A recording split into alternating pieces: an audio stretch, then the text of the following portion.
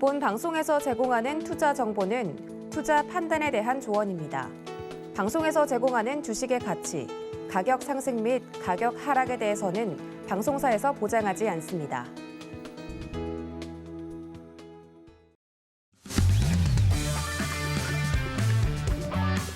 안녕하세요. 해외 시장 소식을 가장 빠르게 만나보는 시간, 해외 선물 신세계 리턴즈의 손자입니다.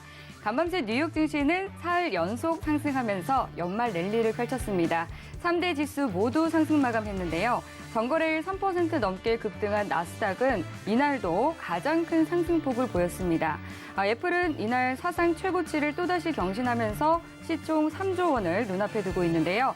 화이자와 바이오엔테크 백신이 오미크론 변이에 효과가 있고 또 3달 뒤 접종 가능할 것이라는 소식에 여행주를 비롯한 리오프닝주들이 강세를 보였습니다. 미 10년물 국채금리는 1.5%대로 올라섰는데요. 오늘 아시아 시장에서도 상승세를 이어가는 모습이었습니다. 최근 계속해서 96선에서 거래가 되던 달러 인덱스는 95선으로 레벨을 낮췄는데요. 이에 골드는 강보합권인 1,785달러 선에 장을 마쳤습니다. 국제 유가는 원유 재고 감소 발표에 오름세를 이어갔는데요. WTI가 소폭 오른 배럴당 72달러 선에 거래를 마쳤습니다. 그리고 베이징 올림픽 외교적 보이콧에 뉴질랜드와 호주에 이어서 파이브 아이즈 동맹국인 영국과 캐나다도 동참 의사를 밝혔는데요. 이에 대해서 중국은 대가를 치러야 한다면서 강하게 비판의 목소리를 높였습니다. 그리고 또 우리 시각 밤 10시 30분에 발표된 신규 실업 청구 건수는 예측치를 하회한 18만 4천으로 나왔습니다. 그리고 따뜻한 연말을 보낼 수 있도록 여러분들의 큰 수익을 위해서 마스터님들께서 주말에도 무료 특강을 준비해주고 있습니다. 월요일과 화요일 출연하는 성견 마스터님께서는 일요일 밤 9시 30분에 캔들과 이평선에 대한 강의해 주실 예정이고요. 금요일에 출연하시는 골드도치 마스터님께서는 일요일 오후 1시에 이동 평균선을 주제로 강연을 해주실 예정입니다. 참여 원하시는 분들은 샵 0082번으로 문자 보내주시면 되겠습니다.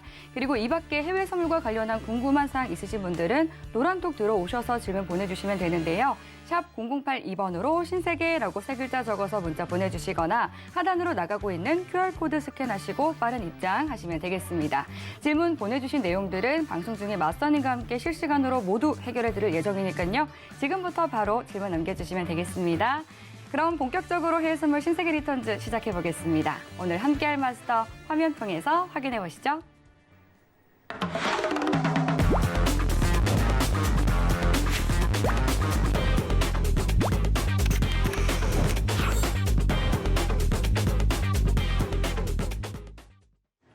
네, 어제에 이어서 오늘도 해왕 마스터님과 함께하겠습니다. 반갑습니다.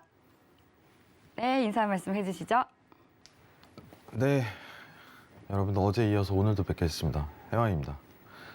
자, 오늘 이제 비축유 관련해서 전에 제가 좀 자세하게 설명을 드렸었는데 유가가 지금 상승하는 이유가 사실 이제 중국과의 공동 방출 무산 위기 때문이죠.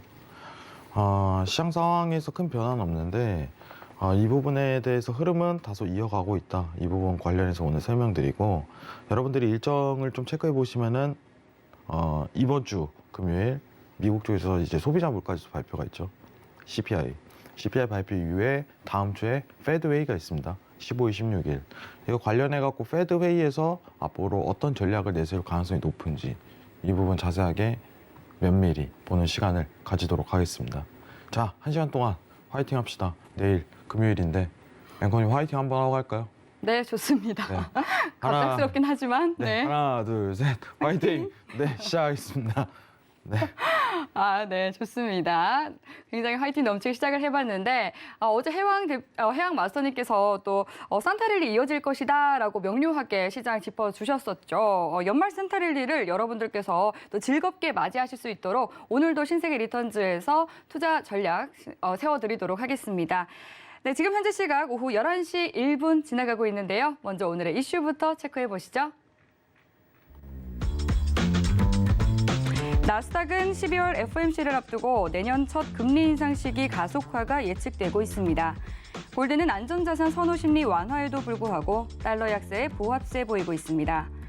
5일은 이란의 강경한 핵 협상 태도에 미국과 이스라엘 핵시설 파괴가 논의되고 있습니다.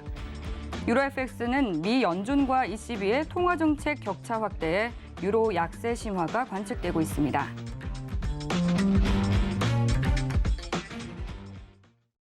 나스닥부터 유로 FX까지 오늘의 이슈 체크해봤습니다. 그럼 이번에는 나스닥과 관련한 외신 기사 확인해 보겠습니다. 네, 오늘 가져온 외신 기사 제목은요. Powell's fourth major shift raises questions about the Fed's policy credibility라는 제목입니다. CNBC가 이제 파월의 급격한 정책 변화가 이 신뢰성에 의문이 제기된다라는 내용을 다룬 기사인데 현지 시간 8일 CNBC가 보도한 바에 따르면 연준이 큰 정책 변화로 인해서 신뢰성 문제에 직면했다라고 합니다. 팬데믹 기간 동안 전례 없는 규모의 부양책만큼이나 급격한 정책 변화를 보여왔는데요. 시장은 연준이 오는 14일부터 15일에 있을 FOMC 회의에서 테이퍼링 속도를 2배가량 높이고 또 내년 금리 인상에 나설 가능성을 높게 점치고 있는 상황입니다. 연준이 테이퍼링 규모를 매달 150억 달러에서 매달 300억 달러로 높이게 된다면 이르면 내년 3, 4월 전후로 해서 테이퍼링이 끝날 수 있게 되는데요. 이는 2018년 이후 파월 의장의 임기 동안 4번째 정책 변화가 될 수 있습니다. 도널드 트럼프 전 대통령 시절 국가경제위원회 위원장을 지낸 조지프 라보그나는 결국 연준은 FOMC도 예측이 불가능하고 또 신뢰할 수 없다라는 점을 증명했다면서 연준은 신뢰도 문제에 봉착할 것이다 라고 발언을 했는데요. 지난 몇 달 동안 인플레이션에 대해서 일시적이다라는 입장을 고수했던 연준이 최근 일시적이라는 전망을 철회를 하면서 인플레이션에 대한 과대 해석으로 인해서 잘못된 시기에 통화 정책을 긴축하는 실수를 범하고 있다라고 덧붙였습니다. 그리고 이 물가 안정이 된다면 내년에 또 다시 기조를 바꿔야 할 수 있다고 지적을 했는데요. 내년 봄 금리 인상 가능성이 논의되고 있음에도 불구하고 채권 시장은 안정적인 흐름을 이어가고 있는 등 시장과 연준이 다른 말을 하고 있다는 점에서 2018년 12월과 섬뜩할 만큼 유사하다라고 하면서 월가에서 사상 최악의 크리스마스 시즌을 보냈던 연준의 마지막 금리 인상 주기를 언급했습니다. 연준은 2018년 12월에 열린 FOMC 회의에서 금리 인상을 결정을 했었고 또 이후 12월 주가 하락률은 1931년 이후 최악을 기록했었는데요. 하지만 이에 반하는 목소리도 있습니다. 마크 잔디 경제학자는 연준이 정확히 해야 할 일을 하고 있다라고 봤고요. 또 팬데믹이 계속해서 시장에 영향을 미치고 있기 때문에 명확성이 조금 떨어지는 것은 그리 나쁜 일은 아니다라고 덧붙였습니다. 라는 내용의 기사였습니다. 하지만 이제 월가 주요 은행들도 계속해서 좀 미 연준의 정책 실패 가능성에 대해서 언급을 하고 있고 또 JP 모건과 또 모건 스탠리 등 대부분이 내년 미 10년물 국채 금리가 2%가 넘을 것으로 보고서에서 나오고 있는 상황인데요. 마스터님과 함께 시장 이야기 좀 자세하게 나눠보면 좋을 것 같습니다. 네, 마스터님께서 이제 우리나라가 이제 금리 인상에 좀 선제적으로 나서면서 우리 통화 정책을 좀 잘 대응을 하고 있다라고 말씀해 주셨던 부분이 기억이 나는데 이번 기사에 대해서 좀 어떤 생각을 가지고 계시나요? 정확히 파월에 대한 얘기죠. 네. 이제 정책에 대한 부분을 좀 설명을 드려야 되는데, 네. 자, 현지 시각으로 다음 주 이제 15일, 16일 넘어가는 새벽 시간대 패드 회의가 있어요. 네. 사실 이번 패드 회의에서 좀 집중될 요소에 대해서 좀 같이 한번 보는 시간 먼저 체크를 한번 해보죠. 네. 잠시만요. 저희가 이제 여러분들한테 얘기를 하는데 네. 자, 간단하게 좀 정리를 해보도록 합시다. FOMC에서 지난 회의에서 테이퍼링을 하겠다. 월 말부터 그리고 결정이 났습니다. 그 테이퍼링을 지금 하고 있습니다. 지금 하고 있는 거예요, 여러분들. 11월 말일부터. 중요한 거는 그때 나왔던 문구가 일단 150억 달러만 하자라고 얘기 나왔는데 지금 그게 바뀔 수 있다는 거예요. 근데 그때 했던 말이 뭐냐? 일단 11월, 12월은 이라고 얘기를 했어요. 네. 그리고 경제 상황에 따라 바뀔 수 있음을 좀 암시했죠. 그렇죠. 근데 이번에 나올 얘기는 이제 만약에 바뀐다면은 1월부터는 네. 이렇게 가겠죠. 1월부터는 12월 말일부터는 우리가 좀 늘릴 거다. 뭐를 채권 매입에 대한 이제 축소 속도죠. 축소 속도. 정확하게 얘기하면 앞으로 더 많이 안 사겠다 이거예요. 더 많이 채권을 안 사겠다. 자, 얘기를 한번 보도록 하겠습니다. 네. 뭐 어차피 다음 주 나올 내용이지만은 이게 과연 제일 중요한 건 그거거든요. 시장에 영향을 끼칠 것인가. 이게 제일 중요한 포인트예요. 자, 파월이 이제 지금 제일 문제가 지금 왜 이걸부터 논의를 한번 해보죠. 왜 긴축 속도를 더 빠르게 진행하겠냐라고 나올까요? 왜? 물가를 잡기 위해서겠죠. 그죠? 물가 때문이죠. 네. 물가가 굉장히 높은 수치니까. 자, 우리 한번 생각을 해봅시다. 최근에 바이든 대통령이 물가 낮추려고 SPR 방출한다고 난리 법석을 피웠어요. 야, 중국 도와줘. 한국 도와줘. 물가를 낮추겠다고. 실제로 단기적으로 하방 압력이 들어갔어요. 유가 또한 그렇고 이제 BEI 지수죠. 기대 인플레이션도 한 단계 낮춰지는 모양새가 그랬습니다. 근데 지금 일단은 중국 쪽에서 외교적인 보이콧, 이제 올림픽 보이콧 선언된 상황에서 이제 공동 방출에 대한 부분은 무산 분위기예요. 그러면 현실적으로 지금 물가에 대한 압력을 좀 낮출 수 있는 수단이 이제 페드의 결정에 의해 달성될 가능성이 높아요. 단순히 이제 유가에 대한 이제 공급량을 늘려서 물가를 이제 상방 압력을 더 이상 못 치게 하고 이제 하방으로 누르는 이 제스처는 오래 걸릴 수 있다 이거죠, 상황이. 지금 당장 할 수 있는 거는 페드에서 긴축 속도를 빠르게 좀 더 진행해서 빠른 금리 인상을 시도하는 거겠죠. 그것 때문에 가능성이 높은 겁니다. 근데 원래 이제 유가가 좀 하방 압력을 가지고 이제 BEI 지수가 좀 내려가게 된다면은 사실 이렇게 좀 긴급하게 빠르게 할 필요성은 없는 거죠. 근데 이것도 엎어진 상황이고 지금 기댈 수 있는 거는 페드 정책밖에 없다. 이렇게 표현할 수 있을 것 같아요. 자, 그러면은 지금 매달 원래 시작할 때 1,200억 달러씩 매입을 하고 있었습니다. 근데 이거를 이제 내년 6월까지 150억 달러씩 줄이는 거예요. 그러면 첫 번째 달이 끝나면은 그 다음 달에 이제 1,050억 달러가 되겠죠. 그 다음에 900억 달러가 되겠고. 근데 이 속도를 빠르게 줄이겠다 이겁니다. 첫째 달, 둘째 달, 11월, 12월은 150억 달러씩 일단 하고, 그럼 900달러에서 1, 2, 3월 안에 채권 매입을 다 종료하겠다. 딱 맞춰지죠. 내용 볼게요. 네. 자, 여러분들 보시면은 여기 보세요. 자, 22년 1월부터 자산 매입 축소 규모를 늘릴 것으로 본다. 저도 이렇게 할 거라고 봐요. 이런 가능성이 굉장히 높아요. 왜냐? SPR 방출에 대해서 무산이 됐잖아요, 지금. 그럼 매월 150억 달러에서 300달러 매입 축소가 늘어나며 이대로 진행을 하게 된다면 채권에 대한 매입 종료가 3월로 끝나네요. 네. 근데 오늘 이제 외신 기사의 그 의견은 이제 2배가량 빨라지는 것은 너무 급격하다라는 뜻 같거든요. 아, 근데 저는요, 네. 그게 오히려 맞는 말이지만 예. 여러분들 생각을 한번 전환을 해보실 필요가 있어요. 이게 너무 빠른데 왜 얘네가 대체 왜 이런 행동을 하고 있냐. 네. 이거 오버슈팅 나오면요, 예. 이거 못 막습니다. 돈으로도. 그 다음부터는. 아, 그게 어제 제일 문제예요. 그 프레드 사이트에서 보여주신 그 물가 상단을 넘어서게 된다면 네.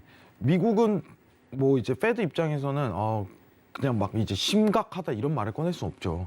사실. 여태 시장에 그래왔으니까. 충격을 줄 수 있기 때문에. 원래 근데 페드나 이제 미국의 어떤 정보 집단 네. 친구들은 터지기 전까지는 다 안전하다 해요. 항상 그래 왔기 때문에. 네. 그리고 말 한마디 한마디가 중요하기 때문에. 굉장히 신중하죠. 예. 근데 지금 왜 이렇게 빨리 하냐라고 얘기를 했을 때 네. 이거 오버슈팅 나오면은 이거 금융위기 와요. 네, 걷잡을 수 걷잡을 수가 없어져요. 이거는 할 수 있는 방법이 긴축을 빨리 해서 금리 인상 시도하는 것밖에 없어요, 방법이. 그러면은 이렇게 된다면 또 달라지는 건 뭐냐? 한국은행에서 이미 1월에 금리 인상 계획이 잡혀 있죠. 네, 예. 또 올릴 수 있겠죠, 빠르게. 그렇죠. 3월, 이르면 3월. 어, 두 차례 인상으로 그냥 확 올려갈 가능성이 굉장히 높죠. 예. 한국은행 입장에서는 정상화를 더 빨리 들어가는 거니까 뭐 이제 우리나라 입장에서는 뭐 큰 문제는 아니라고 봅니다. 이미 정상화 궤도로에 들어갔기 때문에. 다만 미국 입장에서 본다면은 중요한 거는 내년 3월에 긴축이 진행된다면 네. 어떤 상황이 펼쳐지냐. 금리 인상 시기 때 국채 금리가 급등하는 펼치질 거고 예. 그때 시장이 한번 조정이 올 수 있겠죠. 아. 미국 증시가 한 번은 고점을 맞을 가능성이 굉장히 높아지는 게 내년 상반기에 이루어질 거예요. 연말까지는 좀 안전할 것 같아요. 저는 개인적으로. 실질적으로 채권 매입에 대한 축소를 진행하고 있지만은 네. 연말까지는 크리스마스로 산타 랠리가 이어질 것이다라는 게 제 평가고 네. 내년 상반기 때 오히려 6월이면은 좀 딜레이 됐었는데 더 빨리 온다면은 국채 금리가 빠른 상승을 이루기 때문에 이제 증시에서 자금이 빠져나가는 현상이 좀 드러날 거예요. 제가 기준으로 잡았을 때 한 10%, 20%는 빠질 거라고 봅니다. 네. 시장 조정을. 미증시 투자자들이 이제 주간 기준으로 지금 4년 들어서 최대 규모의 강한 매수세를 기록했다라고 하긴 하더라고요. 원래 신고점 넘으면은 항상 이제 최고치를 찍어요. 아. 네. 근데 왜 최고점을 찍냐 이게 제일 중요한 거죠. 왜 돈이 계속 흘러 들어가요 이거예요. 그냥 간단하게. 그래서 사회 현상이 우리가 이제는 긴축의 시대다라고 얘기를 하지만은 예. 긴축의 시대는 맞습니다. 전 세계가 다 이제 추구 전략을 모색하니까. 근데 달러에서는 이제 긴축이라는 거는 굉장히 선반영이 굉장히 빨리 오고 증시에서는 이제 실질 금리랑 연관성이 있기 때문에 그 모멘텀이 긴축을 들어가지만 테이퍼링부터 긴축이라고 칭해요. 근데 긴축을 들어가지만 이 시장의 모멘텀은 아직까지 일정하다 이겁니다. 그럼 해왕님 미증시가 언제 조정 가능성이 굉장히 열릴까요? 라고 얘기를 한다면요. 내년 2월이요. 이렇게 나오죠 답이. 내년 테이퍼링이 2월에 마무리될 무렵. 마무리되는 왜냐면은 원래는 테이퍼링이 종료하게 된다면은 6개월에서 1년 텀을 두고 금리 인상을 해요. 네. 그러면 시장 안전하단 말이죠. 근데 지금 미국이 이렇게 긴축 속도를 빨리 한다는 거는 단순하잖아요. 이거 그냥 끝나자마자 올려버리자 그냥. 야 이거 큰일 났어 그냥 뭐 앞뒤 볼 거 없어 이거예요. 이거 안 그러면은 이거 답 없다. 화폐 이거 그냥 달러 존폐가 걸려 있어 이거예요. 왜 달러 존폐가 걸려 있을까요? 여러분들? 자 화폐라는 거는 결국에는 그거잖아요. 화폐, 재화. 지금 재화가 올라가죠 자동적으로. 맞죠? 여러분들? 재화에 대한 가치가 계속 올라가는 게 인플레이션이잖아요. 여러분들. 그럼 화폐에 대한 가치를 자동적으로 내리게끔 하려면은 어떻게 해야 돼요? 화폐를 들 찍어내서 화폐에 대한 가치를 올리게끔 만들어야 돼요. 그래야 이제 균형이 맞아지잖아요. 인플레이션이 문제가 되는 거는 이게 한쪽 방향이 쭉 올라가니까 매수로 할게요. 그냥 올라가는 거니까. 쭉 올라가니까 이 가치가 그만큼 없어지는 거예요. 돈에 대한 가치가. 이게 무슨 뜻이냐? 달러 존폐가 걸려있는 문제입니다. 대표적인 국가가 뭐였죠? 베네수엘라죠. 네. 그 상황이 미국에서 연출돼 봐요. 금융위기 안 오겠습니까? 어우, 글로벌 경제 위기. 베네수엘라는 뭐 사실 이제 네. 무역 관계라든가 세계의 중심축이 아니기 때문에 네. 큰 시장에 영향이 없단 말이죠. 그렇죠. 사실 네. 베네수엘라가 뭐 유가에 대해서 이제 제일 문제가 뭐였냐면 베네수엘라가 망한 거는 네. 유질에 대한 그 질량이 굉장히 안 좋았어요. 유질에. 근데 가격이 이제 셰일이 개발되면 30달러까지 딱 터지고 이제 진행되고 저유가 시대가 계속적으로 열리니까 굳이 쓸 필요가 없거든요. 이 별로 좋지 않은 유지를. 그러니까 수출에서도 막히는 거고 내부적인 국가 정치에서도 말리는 거고. 그러니까 재화 가격이 수출 의존도가 유가로 몰려 있었기 때문에 80% 이상이 유가가 수출이 안 돼 버리니까 이제 나라가 파산하는 상황까지도 올라오고. 그럼 달러에 대해 그날 베네수엘라 화폐 가치는 그대로 망가진 거고 물가는 올라가는 거고 이런 현상이 펼쳐진 거예요. 너무 극단적이지만 미국이 무서워하는 건 이거예요. 단순해요. 미국이 무서워하는 건 이거 만약에 오버슈팅 나오면 이거는 심리적 선동 때문에 못 막는 거예요. 어떤 금융수단으로. 자, 잠시만 화면 좀 변경하도록 하겠습니다. 네, 좋습니다. 지금 잠시만요. 네. 왜냐면은 제가 어제도 설명을 드렸지만은 네. 지금 미국이 제일 무서워하는 거는 굉장히 간단해요. 예. 이것 때문에 빨리 이동을 하는 거고 그 가능성이 지금 다음 주 페드에서 심화된다는 건데. 네. 왠지 어제 보여줘. 네, 이거 보셔야죠. 네. 여러분 지금 보시면은 그래프를 보여. BEI예요. 네. BEI. 이거를 BEI라고 칭해요. 예, 잠시만요. BEI. 네. 예, BEI. 10년 BEI라고 칭합니다. 기대 인플레이션율. 네. 그럼 지금 이게 20년 동안의 어떤 미국에 대한 물가 수준을 이야기하는데, 자 보시면은 최고점에 대한 랠리가 다 왔네요. 보이시죠? 이 오버슈팅이 들어가게 된다면은 정부에서도 못 막는 거예요. 이거는 지금 정부에서 할 수 있는, 중앙은행에서 할 수 있는 역할은 빠른 기준금리 인상을 통해서 오히려 이제 이 압력을 낮춰야 되는 거죠. 그러면은 지금 당장은 어떻게 조정이 들어가고 이제 금리 인상에 대한 속도를 빠르게 확보한다는 개념이 있겠지만은 그 내용 자체가 이제 미국 10년물 국채 금리를 폭 상승시킬 수는 없다는 거죠. 지금 상황에선. 종료하고 이제 금리 인상이 입막했을 때 그때부터 이제 10년물 국채 금리가 올라가면서 네. 물가는 내려가게 되겠죠. 자동적으로.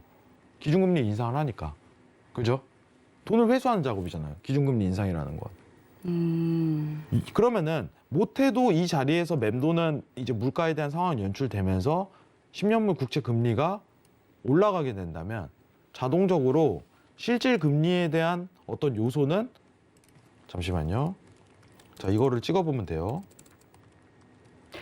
제가 궁금한 게 있는데요. 만약에 기준금리 인상에 나서기 전에 미 10년물 국채금리가 계속해서 상승을 하게 된다면 그래도 물가가 조금은 잡히게 되는 건가요? 아니, 물가랑 이제 그거는 이제 상관이 연관이 없죠. 없나요? 예, 그렇게 연관성을 좀 짓기는 굉장히 힘든 부분이고, 예. 지금 상황에서 이제 기준금리 인상에 대해서 빠르게 내년에 시도한다면은 네. 이건 스탑이 되겠죠. 아, 미국이 의도한 거니까. 그죠? 네. 미국이 의도한 거니까. 근데 문제는 뭐냐면은 기준금리가 인상이 된다면 자연적으로 10년물 국채 금리는 인상하게 돼 있어요. 최근에 한국의 10년물 국채 금리가 급등한 요인은 빠른, 어떻게 보면 한국은행에 대한 기준금리 인상이 있었기 때문이다 라고서 평가할 수 있는데, 그러면은 이게 자동적으로 올라가면서 증시에 이제 어떻게 보면은 자금이 빠져나오는 현상이 싹 들어오는 거죠. 그럼 시장이 조정이 오겠죠, 그때. 여러분들. 그러니까 당연한 사회 현상인 거예요. 한국은 미리 이걸 지금 하고 있는 거고, 네. 미국은 이제 올 거다. 굉장히 간단하죠. 여러분들. 코스피가 3,300선, 400선까지 딱 찍고 그다음 이제 내려오는 이유는 지금 이 과정을 하고 있는 거예요. 우리나라는. 그럼 미국은 내년에 오겠죠? 그죠? 네. 굉장히 간단하죠. 네. 그래서 이렇게 좀 시장이 불장이 되면서 미국의 CEO들은 또 역대급 많이 주식을 매도하고 있다고 하더라고요. 저 같아도 지금 매도를 준비를 하죠. 왜냐하면은 이제 미국 같은 경우는 이제 장기주로 이제 5년, 10년씩 쥐고 가는 경우가 굉장히 많기 때문에 네. 지금은 그런 어떤 이제 모멘텀을 구성하는 트레이더들에게 있어서는 매도 타이밍이 맞는 거죠. 그렇겠네요. 네. 5년, 10년. 왜냐면 워렌 버핏도 한번 주식 사면요. 2, 30년은 가져가 버려요. 와. 2, 30년 가져가요. 2, 30년. 그런 사람들 모멘텀에게 있어서는 매도 구간에 속할 수도 있겠죠. 그죠? 네. 근데 이제 자기의 모멘텀을 좀 관철을 잘 하셔야 돼요. 내가 지금 스윙 위주, 그리고 이제 데일리 단타 위주, 혹은 중장기 모멘텀이라고 해도 한 달 위주의 트레이딩 강된다면은 지금 당장보다 내년 2월에 그 각을 잡아야죠. 아시겠죠? 네. 네, 참고하시기 바랍니다. 이상입니다. 네.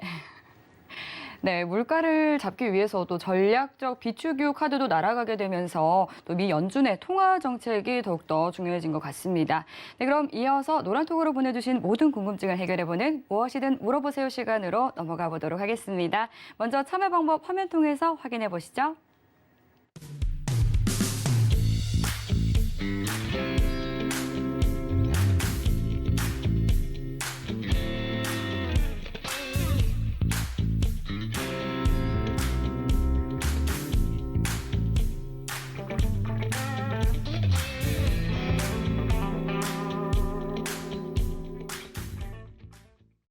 네, 바로 첫 번째 질문부터 만나보겠습니다. 제가 잠깐 확인을 해봤는데 계속해서 마스터님과 나눴던 대화의 연장선에 관련된 또 질문이 들어왔네요. 마시자님께서 보내주신 질문인데요. 바이든 대통령이 파월 의장을 재지명한 이유는 인플레이션을 잡기 위해서라고 하던데요. 그렇다면 지금까지 나온 연준의 기조는 웬만한 이슈가 아니고서야 후진 없이 가속화하지 않을까요? 하고 질문 주셨네요.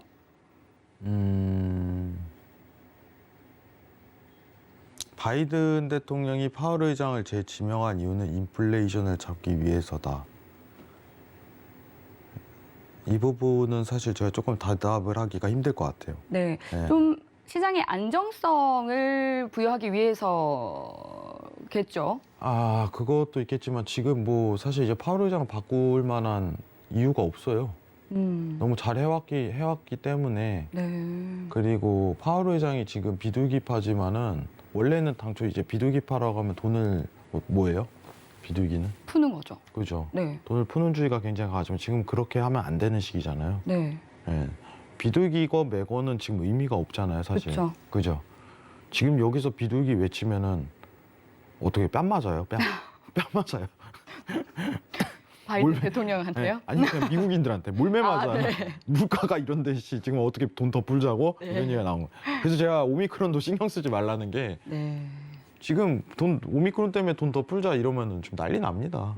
지금 뭐 물가 폭등하면은 지금 질병에 대한 문제가 아니라 그렇죠. 재화 자체가 엉망이 돼. 달러에 사실 그게 고스란히 시민들한테 부담이 지어지게 되는 거기 때문에. 그죠, 달러에 대한 존폐 문제가 걸리는 부분이라 네네, 뭐 그 맞습니다. 부분은 절대 가능성이 없다고 생각을 하고요. 사실 네. 99%라고 생각을 해요. 그렇죠. 저는. 미국 국민들도 지금 네. 인플레이션 제일 걱정이라고 하더라고요. 그죠. 그럼 지금 나온 연준의 기조는 다시 한번 볼게요. 네. 후진 없이 가속화하지 않을까요? 네, 앞으로도 계속 빨라질 것으로 보지 않나라는 그런 질문인 것 네. 같습니다. 저도 그렇게 보고 있습니다. 근데 한번 이제 물가의 추이를 좀 지켜보고 조절을 하지는 않을까요? 여러분들 근데 지금 알아둬야 될 게 있는 게 예. 자, 여러분들 원래 테이퍼링 하면 몇 년 할까요? 기간을? 기간이요? 평균 원래 뭐 한 따로 1년 정도 하나요? 1년 하죠. 예. 양적 완화는 몇 년 할까요? 돈을 만약에 뭐가 사태가 터졌어요. 예. 미국에서 돈을 풀잖아요. 그러면 몇 년 할까요, 그건? 한 1, 2년 들어가나요? 그건 5년 이상이에요. 오, 굉장히 길게 하네요. 지난번 이제 2008년 리먼 브라더스가 터졌을 때 네. 2014년도까지 돈을 풀었어요. 실제로. 그렇군요. 그 이후에 테이퍼링을 한 거예요. 근데 지금 1년 반 만에 끝냈죠. 네. 지금 1년 반 만에 끝내고 테이퍼링도 4개월 만에 한다고 하고. 그죠? 가능성이 있죠. 그만큼 돈을 빨리 풀었기 때문에 가능한 거고. 네. 여러분 지금 제가 일단은 봐야 될 게 뭐냐면은 네. 이 돈을 푸는 양을 좀 측정을 하려면은 이 프레드 사이트에서 네. 에셋이라고 검색을 해보세요. 에셋. 오늘 또 에셋이 뭐예요? 새로운 투자 팁을 주시네요. 에셋이 자산이죠? 자산이죠. 네. 지금 그러면은 여기 보면 토탈 에셋이라고 떠요. 네네. 맨 상단에. 총자산. 자, 이거 화면 좀 크게 한번 볼 수 있을까요? 네, 좋습니다. 네, 이거 토탈 에셋을 좀 검색을 해보면은 좀 확대해서 제가 보여드릴게요. 네. 잠시만요. 자, 확대하니까 돋보기가 없어졌네요. 어디 갔니?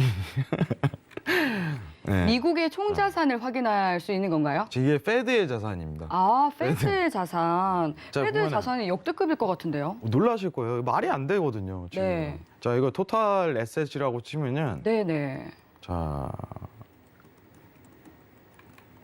미국이 채권 매입을 하잖아요. 자, 네. 이거 한번 봅시다.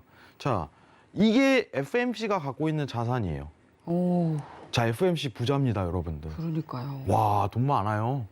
얼마 있어요? 경 단위로 있네요. 일경이네요, 그러니까요. 일경. 그래서 미국 부채 한도 임박했다 네. 할 때도 미 연준이 좀 도와줄 수 있다 이런 말도 나오더라고요. 아, 얘네는 뭐 찍어내면 그만이니까. 네. 얘네는 이제 그거예요. 따지면은 마법사예요, 마법사. 얘네는 만들어내면 그만이잖아. 그냥 괜찮아. 난 돈 만들 수 있는 애들이야. 이런 애들인데 이 달러에 대한 가치가 웃긴 거죠, 상황이. 그러네요. 솔직하게 얘기를 하면은. 자, 근데 보시면은 자, 2008년에 여러분들 2008년에 이 자산에 대한 가치가 여러분들 굉장히 적었는데 네. 리먼 브라더스 터지고 자, 올라가는 방향성만 보세요. 2014년도까지 올라가죠. 맞나요? 네. 이게 테이퍼링 종료할 때까지 드러나는 거예요. 그럼 2014년도까지 했었네. 보이시나요, 여러분들? 보입니다. 자, 그러면은 2008년부터 14년이라는 기간을 측정하면 몇 년이에요? 6년이죠.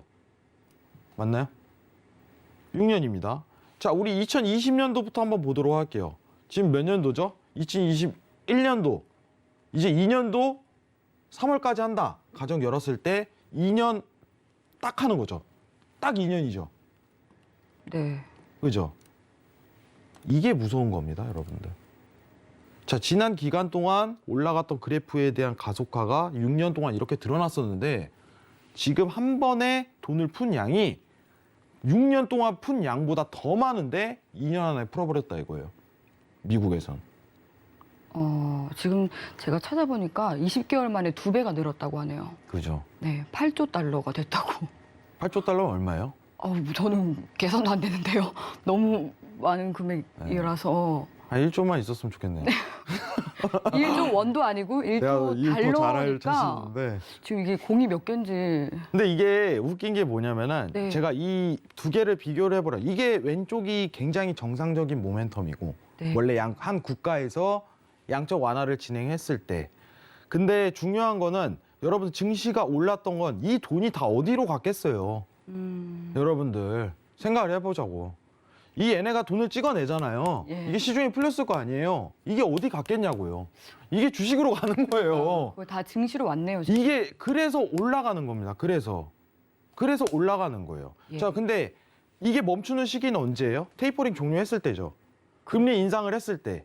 그죠? 예. 근데 이 모멘텀이 1년, 2년이죠. 딱 푸는 양이 테이퍼링을 종료하기 전까지 돈을 푼다는 의미로 가정을 했을 때.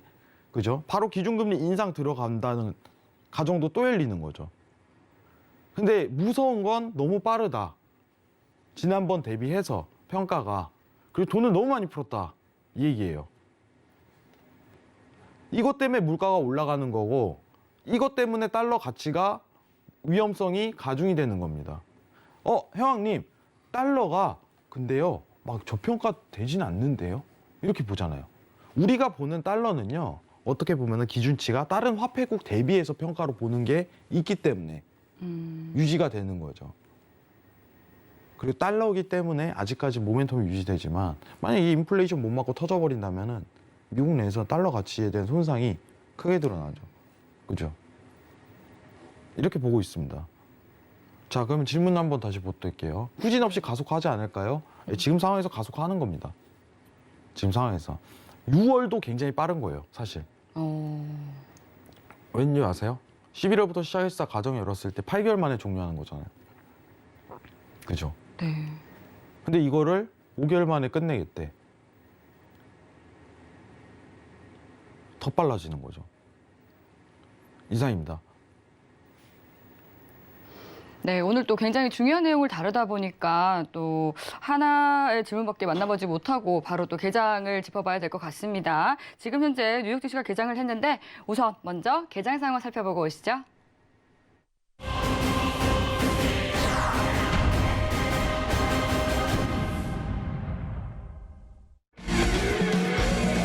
조금 전 출발한 뉴욕 증시 3대 지수는 하락세 보이고 있습니다. 네, 현재 주요 상품 시세 살펴보겠습니다. 먼저 나스닥 시세입니다. 0.3% 하락한 16,347포인트 선 지나고 있습니다. 이어서 골드입니다. 0.2% 하락한 1,782달러 선 지나고 있습니다. 다음 오일입니다. 오일은 0.72% 내린 71달러 선 지나고 있습니다. 마지막으로 유로입니다. 0.34% 내린 1.131달러 선 지나고 있습니다.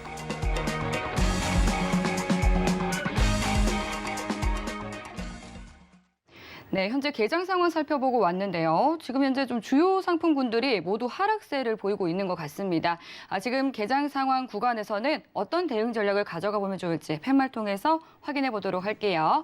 네, 먼저 나스닥은 현재 구간에서 어떤 전략 가져갈지 팻말 먼저 들어보도록 하겠습니다. 준비해 주시고요. 들어볼게요. 하나, 둘, 셋.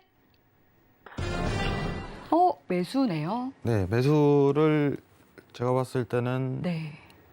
좀 연말까지 좀 집중적으로 보는 것도 나쁘지 않다고 봐요. 연말까지. 증시는 더 올라갈 가능성이 높습니다. 네, 역시 산타 랠리가 이어지려나 봐요. 지난주에 이제 증시가 저점을 좀 찍을 것이다라고 얘기를 했었는데 네. 다시 올라가요 이렇게 얘기를 했는데 언제 보라고 했어요? 예. 자 보시면은 뭐 일단은 이제 매수세가 올라가는 분위기는 제가 이거 중요하게 얘기했죠. 일목균형표에서 빨간 구름이 생겼을 때나 네. 예, 생기고 그냥 급등이 계속 나오네요. 아. 그죠? 근데 지금 지점은 사실 이제 돌파 이후 차트에서 돌파 이후 잠시만요. 네. 돌파 이후 이제 추세가 랠리로 들어가는 구간이기 때문에 이 포인트가 제일 중요하단 말이죠. 자, 지금 어디서 매수를 보냐, 여러분들. 네. 저 위에 여러분들 제가 MACD 오실레이터 들었어요. 여러분 이거 기본적으로 60분 봉입니다. 60분 봉 차트에서. 자, 보시면 좀 특징이 뭐냐면은 오실레이터 구간은요. 60분 봉에서 우린 그날 데일리를 좀 장기화해서 보는 경향이 있잖아요. 언제 봐야 되냐? 예, 0이 이탈했을 때 그때부터 매수세 보시면 돼요. 보이시죠? 그러면 저점에 대한 형태가 드러났다는 거예요. 그때서야. 아시겠죠? 그럼 지금 오실레이터에 대한 이격이 굉장히 0으로 수렴하고 있는 과정 속이죠. 확대를 해보면. 자, 보겠습니다. 자, 보시면은 지금 오실레이터 값이 마이너스 7% 기록하고 있죠. 60분 봉상에서 미증시. 이거 0에 수렴할 때 그때부터 보시면 됩니다. 그때 봐도 안 늦습니다. 근데 이 오실레이터가 다시 꺾이는 현상이 드러난다면은 시장 바닥이 16,000레벨링까지는 하락 요소가 다분히 있다는 거예요. 아시겠죠? 그렇기 때문에 매수를 보되 오실레이터가 60분 봉상 0을 상회하면 그때부터 보자. 이렇게 평가값 드리도록 할게요. 아시겠죠? 굉장히 간단합니다. 여러분 다 볼 수 있는 차트예요. 다 볼 수 있는 기본 차트예요. 이상입니다. 네, 또 금요일 굉장히 또 중요한 CPI 발표를 앞두고 또 이번 주 상승 랠리를 좀 소화하는 모습 보이고 있는데요. 매수 관점 들어주셨습니다. 그럼 이어서 골드 현재 구간에서 어떤 전략 가져가 보면 좋을지 팻말 통해서 확인해 보도록 하겠습니다. 준비해 주시고요. 들어볼게요. 하나, 둘, 셋. 빠밤. 네, 역시나 골드는 관망입니다.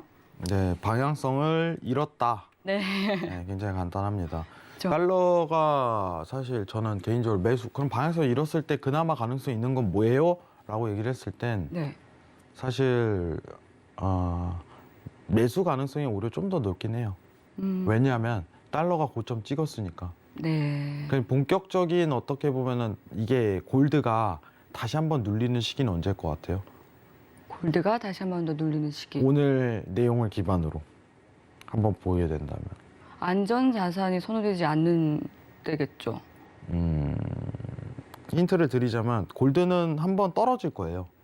언제 떨어지냐라고 얘기를 했을 때 네. 내년 페드에서 기준금리 인상을 시도할 때. 왜요? 10년물 국채 가격이 내려가니까 동반 하락에 들어갈 거예요. 그때. 지금은 추세를 잃을 시기일 수밖에 없어요. 상황이.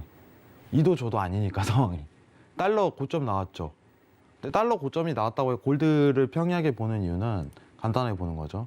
달러가 제가 고점이 나왔습니다라고서 좀 평가를 내렸었죠, 사실. 네. 왜냐? 테이퍼링을 시작할 때는 달러가 그 추세를 잃어요. 테이퍼링 시작을 가능성이 열린 6월 때부터 상승에 대한 포커싱이 들어갔던 건 테이퍼링이 시장 반영이 되고 있기 때문인데 지금 시장 반영이 끝났다. 이 과정이 열린다. 그러면은 달러에 대한 평가는 상단에서 박스권 랠리. 더 이상 의미 없다. 이게 가능성이 열렸죠. 그럼 골드도 방향성을 잃을 수밖에 없어요. 이도 저도 아닌 상황이 계속 연출되는 거예요. 국채 금리는 어떻습니까? 마찬가지예요. 1.4% 내외에서 1.5% 내외에서 계속 맴돌죠. 10년 네. 국채 금리가. 그럼 지금 달러는 앞으로 이 박스 구간을 평이하게 유로존이 가만히 있는다는 전제하에 계속적으로 열릴 거고 지금 골드가 바뀔 수 있는 분위기는 10년물 국채한테 달렸는데 상황이 오늘 나온 페드에 대한 전략 빠르게 긴축을 시도한다라고 가정을 열었을 때 10년물 국채에 대한 가격이 하락할 수 있는 시점은 내년 2월이 되겠죠. 여러분들. 내년 2월에 그럼 어떻게 돼요? 금값이 상승합니까? 아닙니다. 하락합니다. 왜냐? 안전자산 동반 하락 이렇게 들어가는 거예요. 10년물 국채 금리가 오르니까 반대로 가격이 떨어지죠. 그죠? 근데 이거 제가 재밌는 얘기를 하나 하자면은 이거 아직도 이해 안 하시는 분들이 있는데 금 얘기하면서 한번 얘기를 해보죠.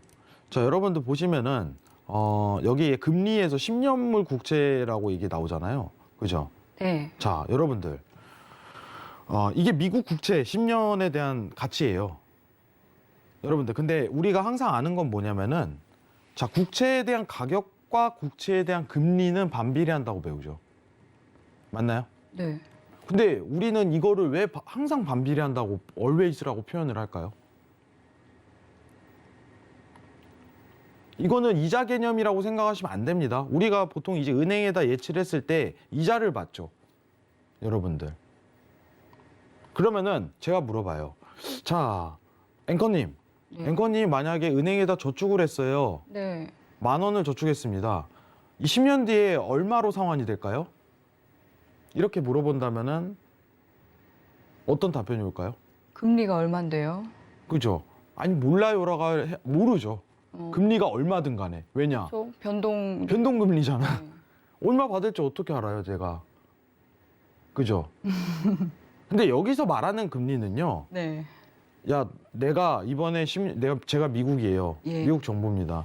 야, 우리가 10년물 국채 금리를 반영을 할 건데 발행을 할 거야. 근데 내가 10년 뒤에 1억 1,000만 원 줄게. 이렇게 얘기를 해요. 그게 무슨 뜻이에요? 약속을 하는 거죠. 미래 가격이 확정이 돼 있다는 거죠. 네. 그죠? 네. 자, 1억을 발행을 했는데 이자에 대한 10년 이자에 대한 비용으로 1,000만 원을 줄게. 그럼 미래 가격이 확정이 돼 있는 게 국채의 특성이에요. 우리 이자는 모르잖아요. 그냥 불확정 금액이죠. 그러기 때문에 10년물 국채 가격과 10년물 국채 금리는 반비례합니다. 왜냐?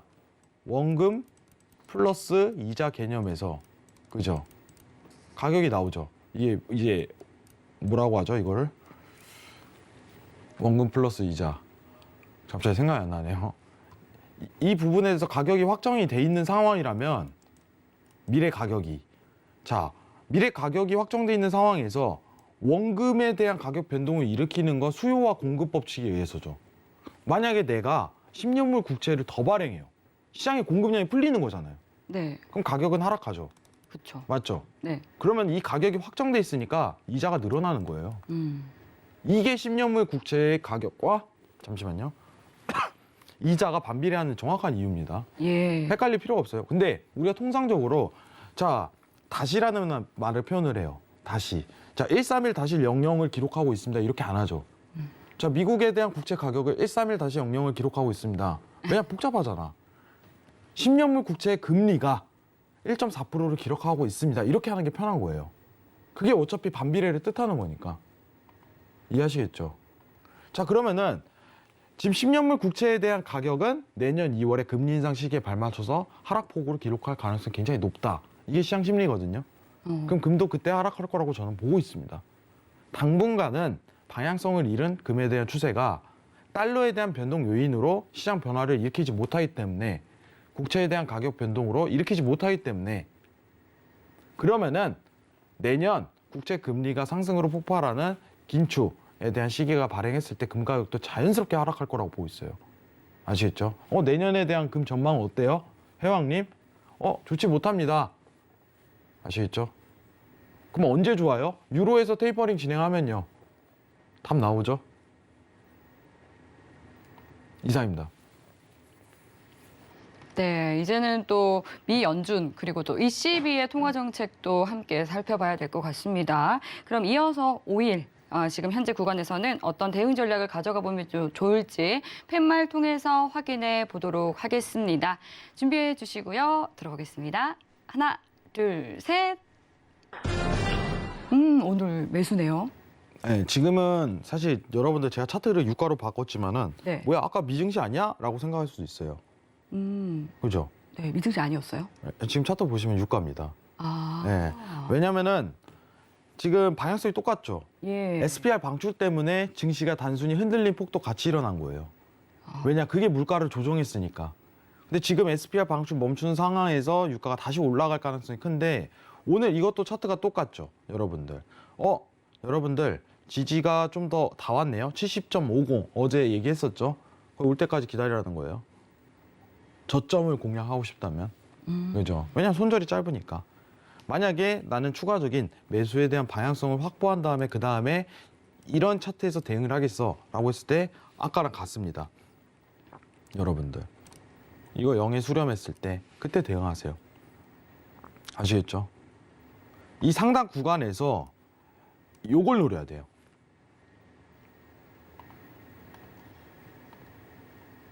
자, 재밌는 얘기 한번 해볼게요. 차트에서. 네. 자, 힘에 대한 지금 세기를 한번 파동을 봐보죠, 여러분들. 자, 지금 MACD가 여러분들 0 이상 상회하는 구간이 있고 0 이상 하락하는 구간이 있죠. 네. 보이시죠? 두 개가 딱 비교가 되죠. 힘에 대한 강도가 0 이상 상회하는 구간에서는 올려 쳐버리는데 0 이하 하회하는 구간에서 MACD가 제자리에서 계속 맴도네요. 올리진 않대. 그죠? 무슨 뜻일까요? 힘에 대한 균형이 바뀌었다는 거죠. 상황이. 매수세로 더 올릴 준비를 나는 하고 있어. 이걸 뜻하는 겁니다. 아시겠나요? 야, 나 이제 매수세를 올릴 준비를 하고 있어. 힘을 좀 응축 중이야. 발사를 하려고. 이거예요. 그럼 언제 하는 게 가장 이상적이냐? 오실레이터 다시 뒤집히면 그때부터 매수에 본격적으로 노리시라는 겁니다. 간단하죠? 여러분들? 근데 왜 유가가 증시에 영향을 미치냐? 유가가 물가를 단기간 동안 조종했기 때문에 라는 평가를 내릴 수가 있는 거예요. 네. 자, BI 수치를 보게 된다면은 아까 전에 자, 지금 차트 잠깐만 변경할게요. 네, 좋습니다. 또 유가가 물가에 영향을 많이 미치기 때문에 중요하게 살펴봐야 할 상품군인 그죠. 것 같습니다. 지금 30%에 대한 비중을 차지하고 있기 때문에 예. 단기적인 수급적인 면에서 영향을 미칠 수밖에 없어요. 자, 지금 보시면 아시지만 네. 유가가 최근에 여러분들 보시면은 급락을, 이게 물가예요, 여러분들. 물가가 급락을 했죠. 네. SPR 방출 때문에. 어. 영향을 바로 받아버리는 거예요. 근데 방출에 대해서 해소하니까 똑같은 거야. 야, 유가 차트랑 똑같이 가네? 이 상황이 그러네요. 이거죠. 맞죠? 네, 시장은 이럴 때 보면 정말 정직한 것 같습니다. 정직한데 이제 이런 경우는 굉장히 특이한 경우죠. 왜냐하면 물가가 하이퍼를 최고점을 찍고 있는 상황에서만 연출될 수 있는 상황. 간단하게. 예. 원래 유가가 증시의 변동 요인이 드러나지는 않지만 네. 유가가 지금 물가를 움직이기 때문에 가능한 상황이에요. 네, 굉장히 예민한 그렇죠. 상황이기 때문에. 그러니까 이해를 하셔야 돼요. 시장에 대한 이해. 지금 시장이 왜 이렇게 흘러가고 있고 이런 상황이지. 네, 왜 약간 이렇게 돼요? 그런 느낌이네요. 99도에서 딱 1도가 채워지면 끓는 물. 가끔 이러신 분도 있어요. 유가와 증시가 뭐 커플링을 이룬다. 뭐 이런 분이 있는데 그거를 정상 시즌에서도 그 얘기를 하고 있어요. 그러면 이제 골로 가는 거예요. 시장이 바뀌었는데 네. 아직도 그걸 적용 중이야. 분위기에 맞춰서 이제 시황을 분석을 그 해야 매크로 환경이 굉장히 중요한 거예요. 그렇죠. 가끔 이러신 분들 있어요. 달러가 이제 올라가야 증시가 떨어집니다. 그런 환경이 있는 반면 아니면 있는 환경이 있는 거예요. 네. 그걸 always로 환경을 적용한다면 또 시장 그렇지 않죠. 생물이기 네. 때문에. 혹시 움직인다니까요. 이렇게 물고기처럼 팔딱팔딱 뛰어요. 항상. 어디로 튈지 몰라요. 이거 적응을 해야 돼요. 네. 지금 이런 상황이 조성됐던 것도 이 부분이 있는데 네. 그래서 증시에 영향을 끼친다는 겁니다. 이해하시면 굉장히 좋을 거예요. 이상입니다. 네, 시장은 대응의 영역이다라는 점 참고하시면 좋을 것 같습니다. 네, 오늘 내용은 또 여기까지 만나보도록 하고요. 아직까지 남아있는 궁금증들은 노란톡 들어오시면 해소할 수 있겠습니다. 샵 0082번으로 신세계라고 보내주시면 참여하실 수 있고요. 또 주말 특강까지 함께 해보시면서 여러분들 보다 더 풍성한 정보 가져가시면 좋겠습니다. 참고로 본 방송에서 제공하는 정보는 투자 판단에 대한 조언일 뿐 해당 상품에 대한 가치나 수익률을 보장하지 않습니다. 서울경제TV는 자본시장 통합법을 준수합니다. 1:1 투자 상담과 유사 추신 행위 등 모든 불법 사항을 엄중히 금지합니다. 네, 오늘 저희가 준비한 내용은 여기까지입니다. 늦은 시간까지 함께해 주신 여러분 고맙습니다.